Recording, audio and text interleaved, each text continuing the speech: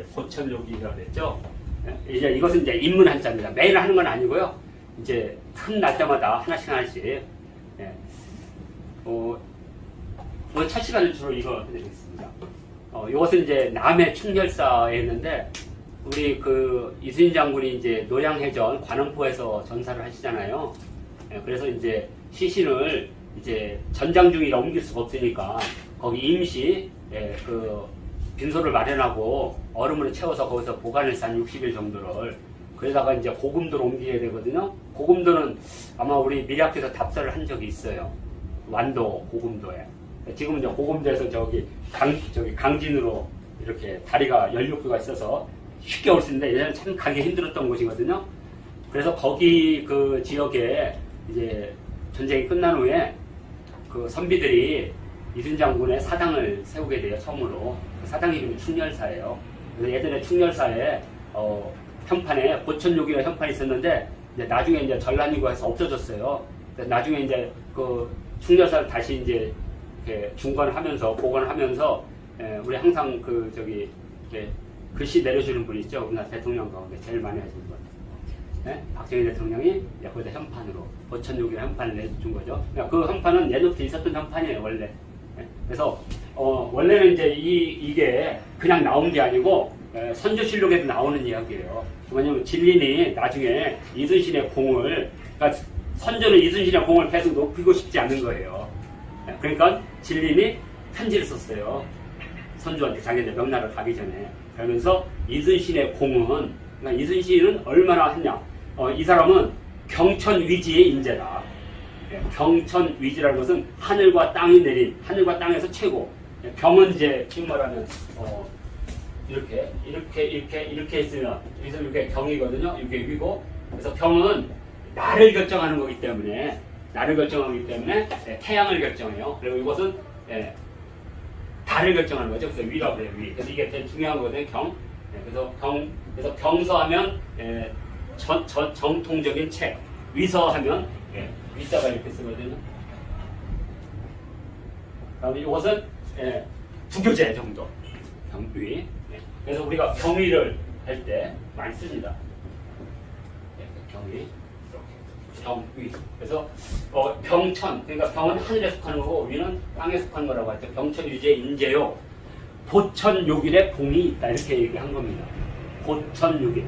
그래서 보천은 말 그대로 하늘을 띄웠다, 하늘을 이렇게 보수했다, 이런 뜻이고, 요길은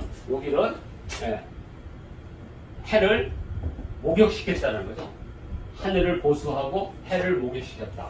그러면 이것은 이제 보세에서 나오는 건데, 오늘은 이제 그 원전 출전 같은 것은 뭐 이렇게 하지는 않지만 다 출전이 있습니다. 그러니까 고전을 공부한 사람들은 이게 얼마나 큰 공인지를 금방 알아요.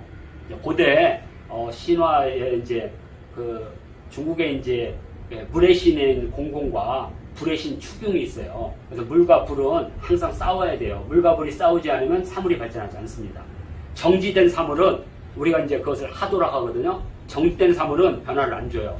그러니까 아버지의 어머니가 불꽃이 튀지 않으면 아이는 태어나지 않아요.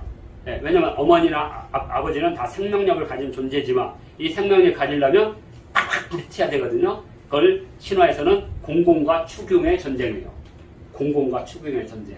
그런데 항상 불이 이기면 안 돼요. 물이 이겨야 돼. 왜냐면 불은 변화를 원하지만 모든 만물을 익히는 것은 결국에 물이에요. 가을이 돼야 돼, 가을. 그러니까 봄이나 여름이 돼서 만물이 해도 항상 열매는 가을이 돼, 열매. 그런데 가을부터 이제 겨울까지가 이제 물의 시대예요. 그러니까 추경이 뿔딱 폈났지. 졌으니까. 그래가지고 하늘을 받치고 있던 불주산. 불주산은 뭐냐면 움직이지 않는 산이라는 뜻이에요. 불주. 이름을 이렇게 만든 신화에 불주산. 하늘을 받치고 있는 신이죠. 불교로 말하면 수미산이 되겠죠. 우리로 말하면 태백산이 되겠죠. 거기 신전도 거기 있으니까. 하늘과 맞닿은. 그러니까 불주산을 확 박아버렸어. 열받아가지고. 팍 하고. 그래가지고 불주산이 넘어졌어. 하늘을 지탱하던 그 불주산이 무너지니까 하늘이 기울면서 찢어졌어, 한쪽이 찢어졌어. 그러니까 물이 쏟아지기 시작해. 찢어졌어요, 물이. 그리고 안 찢어진 곳은 물이 안 쏟아지니까 조금이라도 내려줘야 되는데 안 되니까 여기는 가뭄이 들고 여기는 홍수가 들고. 그리고 이게 기울어지고 불주산이 기울어지면서 그냥 땅을 탁 쳐버리니까 땅이 흔들리면서 지진이 일어나고. 새들이 놀라 도망가고 하여튼 세상에 온 난리가 돼서 뭐 하니까 이때 인간을 만든 여호와라는 신이 있어요. 여호와 신. 복희와 여호와 여기서 등장하는 겁니다. 근데 왜 여호와가 하늘이냐? 예전에는 여신이 더 높았거든요. 이게 지금은 이제 우리 단군하는 시대부터 남신이 앞서 있는 거거든요. 남신 이전에는 여신. 그래서 복희도 당연히 그 앞신화기 때문에 하늘을 타는 뭘 가지고 있느냐? 귤을 가지고 있어요. 귤. 컴파스 그리는. 그리고 복희는 남자인데 꺽쇠를 가지고 있어요. 네모를 그리는 거. 그러니까 여호와가 중심이란 말이죠. 그래서 여호와가 그 천하 사방 오해에 있는 색깔 5개, 오색에.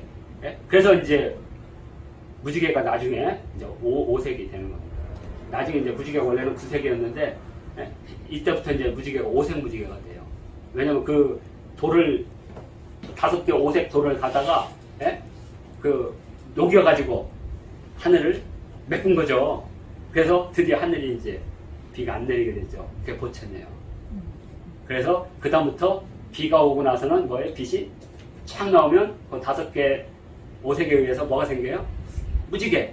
그게 오색 무지개예요.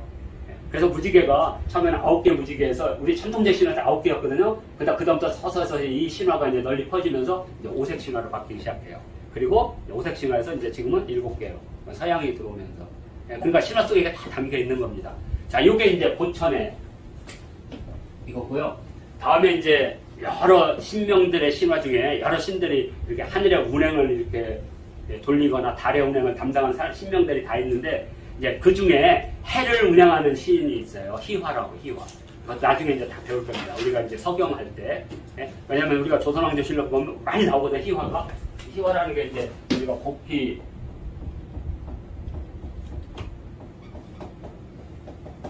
희라는 말 속에 이미 빛이라는 뜻을 갖고 있어요. 빛. 그리고 화는 조화를 이루다. 이 희화가 있는데 이 희화는 아들이 10명이에요. 아들이 10명. 근데 해를 관장하기 때문에 아들이 뭐겠어요? 해. 10개 해. 나중에 이제 우리 예라는 사람의 그 나오죠? 이제 지금 얘기하는 이제 신주라든지 항하라든지 이런 것들은 다 그 후에 만들어진 신화들이에요. 아직은 이제 이 신화의 원신화가 되는 거죠. 그 희화에게는 10명의 태양이 있는데, 아들이 있는데, 이름 식구들이 날뛴단 말이에요. 그래서 날뛰면 안 되잖아요. 그래서 얘들을 어디냐면, 동쪽에 어마어마한 바다, 동해 깊은 바다에 부상이라는 정말, 9천장이 되는, 9천장이면 3 곱하기 9천 하면 되는 3m 곱하기 9천. 1만 3,920, 2만 7,000m, 비행기 2배 높이를, 그 정도의 나무가 있대요. 부상이란 나무. 거기서 쉬게 해요. 그리고 자기가 6마리 용이 끄는 수레를 타고 하루에 한 번씩 그 아들 하나 태워서 이렇게 보내요. 근데 이 아들이 돌아가면 되게 지치잖아요. 먼지 쌓이고. 그러면 함지와, 함지하고 또 무슨, 제가 기억하는데. 얘들은 참 나네. 가면이라는. 함지와 가면이야. 이건 이제 신화에서 많이 나온 거예요. 거기에 목욕을 시켜. 되게 깨끗하게 자시고. 그래서 태양이 항상 맑게 해야 돼요. 그래서, 태양을 씻는다는 게, 씻긴다는 게 뜻이에요. 그래서 나중에 이제, 희화가 다른 일을 할 때, 요 10개의 태양이, 너 열을 한 번씩 오니까 얼마나 이게 답답해. 그래서 한꺼번에 확 떠버린 거예요. 그러면서 이제 그때 나온 게 이제, 예의 신화가 나옵니다. 그 예의 신화는 다음에 하기로. 그래서, 이때부터 희화가 우리 인류를 위해서 따뜻한 빛을 내주는 태양을 싣고 목욕을 시키고 이 일을 한다고 해서 그것을 요길의 공이라고. 근데 뭐 신화 다 믿지 마세요. 그리고 신화의 종류가 많아요. 중국에서도 여러 신이지란 이런 데 그래서 약간씩 신화는 달라도 큰 틀은 이런 뜻입니다. 그래서 해를 씻겨서 항상 우리 인간들에게 따뜻하고 맑은 빛을 주는 공. 그래서 그걸 보천 요길의 공이다. 그러니까 이것을 우리가 딱 보면 뭔지 알아요? 이건 잘 알아야 돼요. 이 보천이라는 것은 명나라를 구한 공이고 이것은 당신 군주, 당신 구한 공이다 이런 뜻이에요. 이 속에 진리의 한 말은 한마디로 말하면 너희들이 우리 명나라를 위해서 하늘을 막아주고 그리고 이순신은 당신 너를 살려준 거다 이거예요. 왜냐면 태양이 이제 군주를 뜻하는 거니까. 그러니까 우리가 한자를 볼 때는 그런 걸 뭐라 그러죠? 중의적 표현이라고 해요. 중의적. 거듭중자에서 뜻을 2개, 3개씩 이렇게 집어넣는 거. 다의적이라고 하는 거. 그래서 이 속에는 뭐냐면, 너는, 이순신의 공을 내세우지 않으면 우리 명나라에 세운 공을 부정하는 것이다 해서 압박하는 거야, 압박. 그래서 할 수 없이 일동무신 해주죠, 선무공신.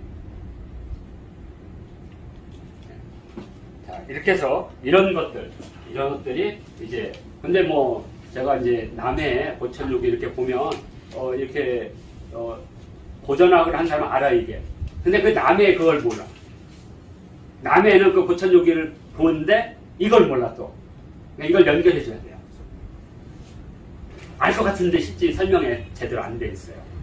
그래서 우리가 인문학이라고 하는 것들은 이런 걸 연결해 주는 거죠. 그 현장 속에 있는 거. 궁궐의 각석이나 이런 것들은 또 현판이나 주변에 있는 것들은 그 고사성에서 나온 거니까.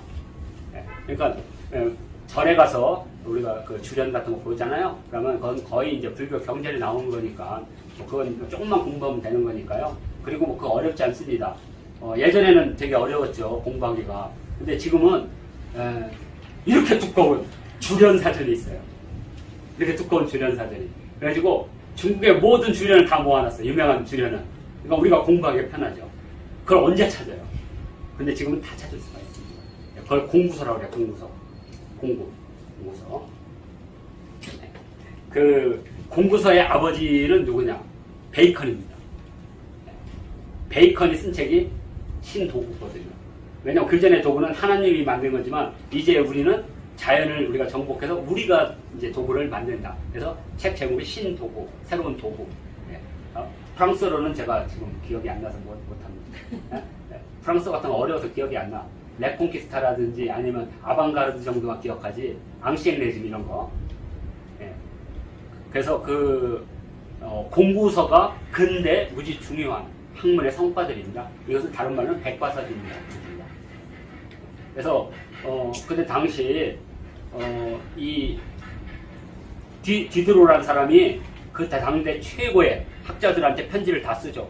당신이 가진 모든 지식을 나한테 주면 내가 그걸 책으로 엮어서 사람들이 주겠다 했더니 그때 모든 사람들이 돈도 안 받고 전부 다 지식을 다 줬다는 거죠. 그래서 만든 게 세계 최초의 백과사전인데 사실은 우리나라의 이수광의 지복유설이 더 빠르다는 거지. 우리는 그걸 잘 모르죠. 지복유설이라든지 성호사설이라든지 이런 것들이 훨씬 더 앞서 있는 백과사전이거든요. 그리고 뭐 우리나라에서는 뭐 청장관저서도 유명하고 그 다음에 또 어디야 오주연문 장전상구도 뭐 꽤 유명한 백과사전이니까. 자, 이렇게 해서 우리가 이제 고천요기 여기까지 봤고요.